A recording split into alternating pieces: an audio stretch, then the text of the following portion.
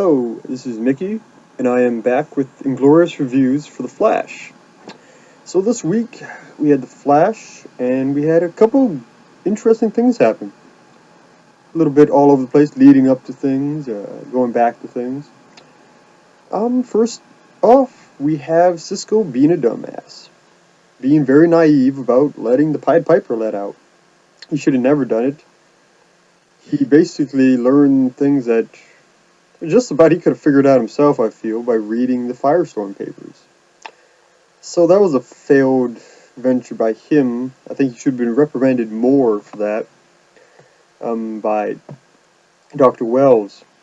So after that, we have, before I get into the actual villains and stuff like that, we have Caitlin and Barry Allen hitting it off, which is quite well. I think it's a long time coming that they're finally having those two actually do something together.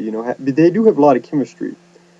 I don't know much about actors and such, but as a pair, they work well together. They have both similar personalities, super smart, pretty friendly. They get along well with others and themselves.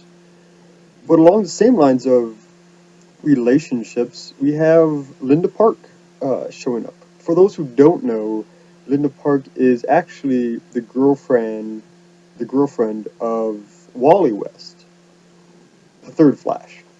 So bringing her in for Barry Allen is kind of like a universe crossover, but it kind of leads in, or kind of aligns itself with the comics. So that's nice. Um, Linda Park is actually part of the Flash family, so we'll see if Caitlin is just an on and off thing, or if he'll go to Linda Park, as the comics allow him to do. And later down the road, the Linda Park Barry Allen relationship is always stopped by the Reverse Flash, so we have that problem.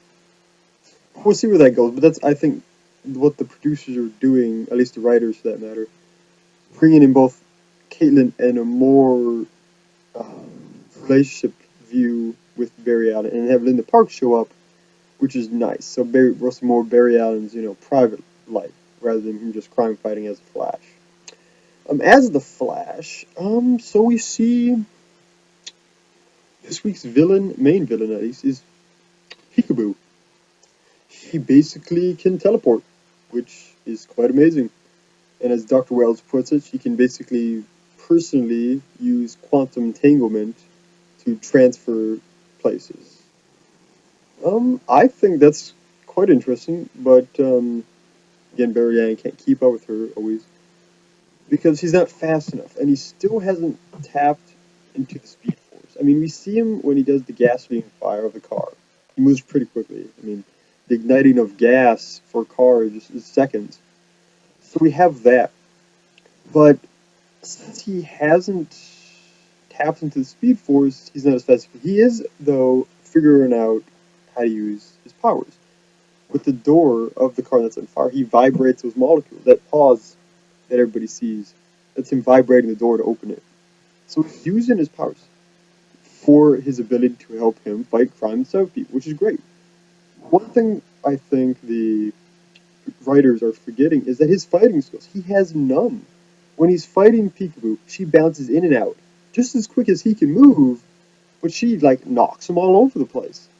I think they need to, but they figure that out. Is like, hey, give me either another session with, even with Diggle. I mean, since if you watch the Arrow, Oliver Queen is out for the count. I won't detail that one anymore, but he is. So he needs to learn fighting skills from somebody because he's lacking so badly. That I know it's early as a character-wise, but he still needs to learn that since he is going to eventually be one of the fastest people ever in his universe. So we have that. Tied over Pied Piper. At first, I thought he was caught. And this is a slight tangent. Then he's gone, so he's left. Pied Piper's caught, or not uncaught. Sorry. Peekaboo is caught now, but then we have her partner has her same powers. So we said Peekaboo 2 out and about doing stuff. What else is there? Oh yes, we have the introduction of Mr. Gorilla Grodd. So if you don't know who this is a very an intelligent ape who basically eventually has telepathic powers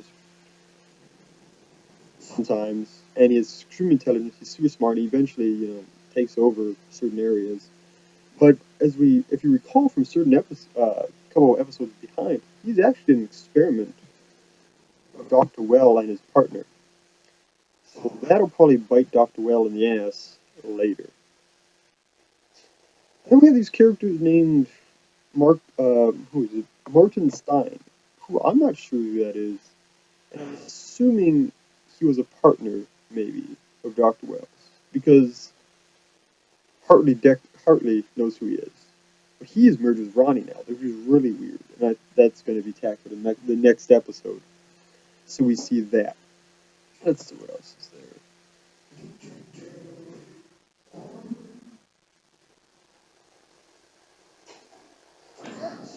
That's just about the review of this episode. There's a lot going on, so if you haven't seen the previous couple episodes, you'll probably be a bit lost, especially with the middle story. Not Peek-a-boo, but what goes on with Hartley, Ronnie, and such along those lines. I think, yeah, there's not too much. There's not too much I don't see wrong with this episode. I mean, Gorilla Grodd looks like an ape. I mean, he is an ape. I mean, he transformed though in some of the comics. I wonder if they touched on that. Um, let's see what else. I don't think there's anything wrong I like. I mean, it was naive. I didn't like that at all. Um, Balancing, lifestyle and fighting time, which is the usual, which is good.